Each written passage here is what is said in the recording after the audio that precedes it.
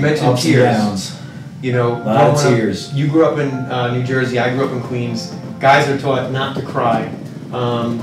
Opening up and being available to your heart, it's almost like you need to befriend your tears. Yeah. You know, it's almost like they go hand in hand, and as your heart becomes whole, it's like the tears actually help that happen. Oh, for sure. So, that what can you say about is... that? It's not really a question, but you know, getting in touch with your emotions. Yeah. You know, being more available to your heart. You know, what would you say about that? And how it may have helped, or what would you say? I mean, you know, there's all different kinds of tears. There's tears of pain. There's tears of joy. You know, there's tears of passion. There's tears of accomplishment. There's tears of success, and there's all different kinds of tears.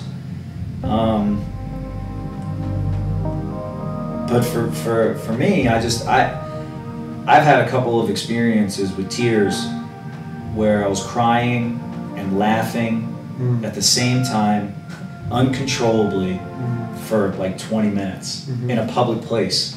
I had like no control. Those were like spiritual tears to me. It was like I jumped up a level in my understanding of myself.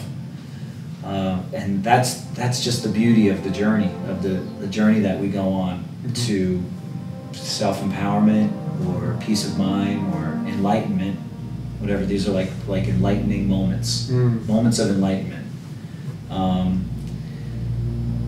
But what are you scared of? That's the question you have to ask yourself. Why would you be embarrassed to cry? Who told you that? What family did you grow up in? And why was it taught that way? Why ask why? You know, they use that in Budweiser or whatever, and they say, you know, like, why ask why? Like, don't ask why. You should ask why. All the time. Why am I afraid to cry? Or why do I cry a lot? Why did my dad tell me that, you know, men don't cry? That's ridiculous. It's just ridiculous.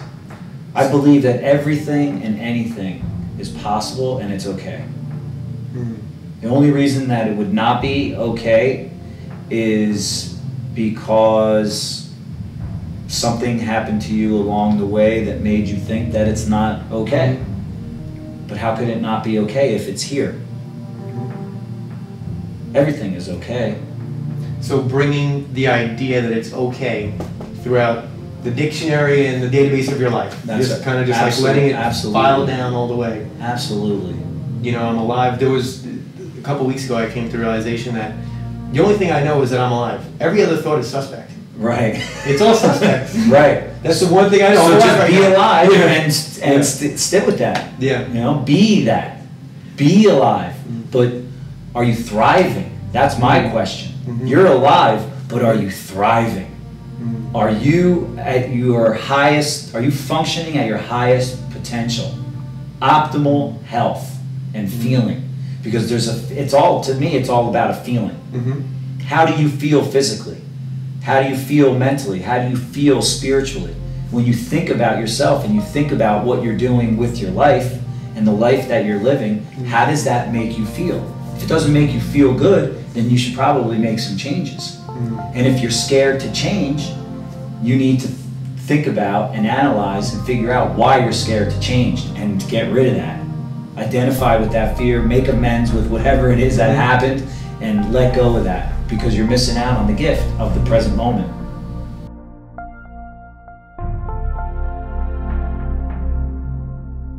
Join the Facebook page. Eric Nies. Thank you very much. Thank you very much. Bro, it's awesome.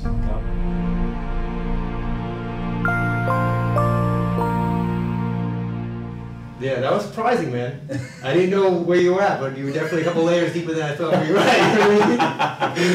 right.